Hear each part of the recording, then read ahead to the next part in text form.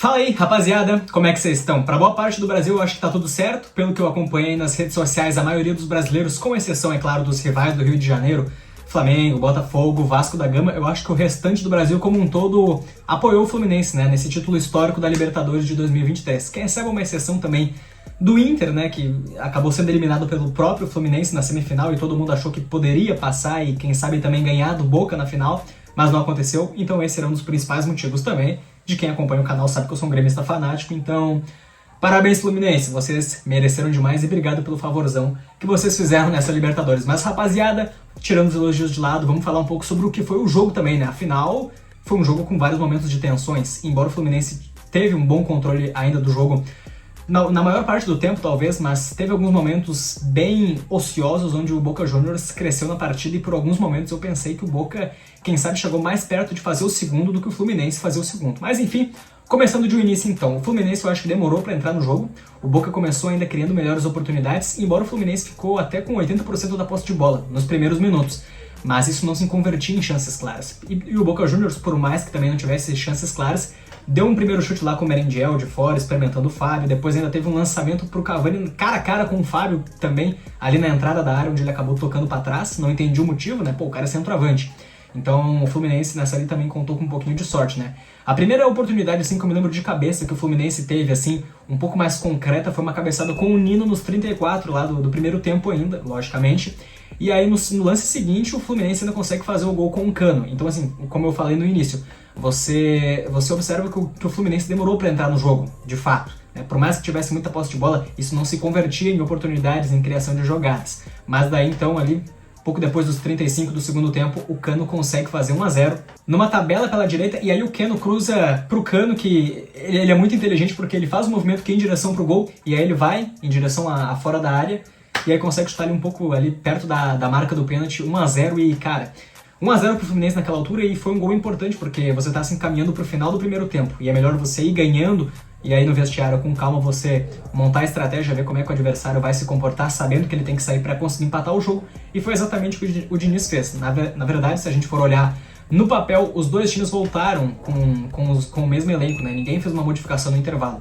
O Fluminense voltou com o mesmo time e o Boca Juniors também. E aí, o Boca Juniors, logicamente com a necessidade de ir para cima, começou ainda a criar algumas oportunidades. O Fluminense perdeu, o Felipe Melo ainda sentiu, saiu, entrou o Marlon, acho até que entrou meio nervoso, inclusive, mas acabou dando conta do recado, né? E o Boca Juniors começou a arriscar até com uma advíncula de fora também, e tanto que fez o gol com a própria advíncula, né? Um chute de canhota que ele veio cortando para dentro e bateu no cantinho do Fábio.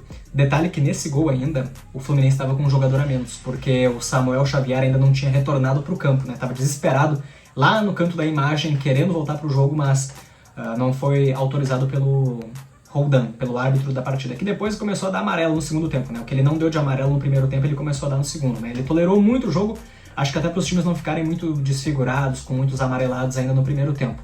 O fato é que 1-1 naquela altura, o Fluminense ainda vai pra cima, perdeu um gol inacreditável com o Diogo Barbosa, que ele não cruzou, nem chutou a gol, um dos últimos lances da partida, né? Porque o Diniz percebeu depois do gol do Boca Juniors que o time do Boca estava crescendo. E aí ele fez uma mudança tripla, né? Ele colocou o Diogo Barbosa, colocou o John Kennedy, que tem muita estrela, e ainda falou, né? Como é que foi a frase? Você vai fazer o gol do título, né? E colocou o Lima também, né? Ele montou esses três jogadores no time e de fato até começou a dar certo, né? Por mais que foi naquele momento em que o Boca teve mais perto de fazer o segundo gol, o Fluminense começou aos poucos a dar uma escapada ou outra. O fato é que então acabou o tempo regulamentar, 1-1 no jogo, e aí a gente vai para uma prorrogação nervosa, os dois times vendo que tinha a possibilidade de ganhar, nenhum estava muito melhor que o outro, não houve uma supremacia na partida, como alguns até esperavam que o Fluminense fosse ter, o que eu não concordo, porque você está jogando contra um argentino que, por mais que esteja longe dos tempos de glória, ainda assim é o Boca Juniors, e querendo ou não, o fator psicológico é importante, pô, você tem ali um time com 0 Libertadores até aquela altura e um time com 6, os caras sabem o peso disso, e tudo para se decidir em 90 minutos, não era um jogo aqui e um jogo lá, não, era exatamente no mesmo jogo, com a mesma quantidade de torcedores, então tem vários fatores que tornavam um jogo quase que parelho, né? Vamos dizer dessa forma. O fato é que então a gente vai para a prorrogação, e aí no primeiro tempo da prorrogação, depois de uma certa trocação, a gente consegue ver o gol daquele que teve uma estrela também no jogo do Beira-Rio contra o Inter, novamente, né? John Kennedy, 21 anos, numa jogada que o próprio Diogo Barbosa começou, né? Ele que se deu essa redimida, vamos falar dessa forma, se redimiu com a torcida porque ele perdeu aquele gol que eu mostrei pra vocês no final do jogo, e aí agora no primeiro tempo da prorrogação ele dá esse passe que o Keno escora de cabeça, Keno 2 assistências no jogo, aliás, e aí o John Kennedy chega batendo e, porra, um golaço daqueles, né? Gol histórico, assim, tipo, é o gol do título, cara. Um título inédito pro torcedor do Fluminense, então que legal, que privilégio ver aquilo ali também. O fato é que ainda a gente tem uma briga, né? Uma briga não, né? Uma confusãozinha assim, um pouco mais generalizada, quem sabe, ali nessa prorrogação.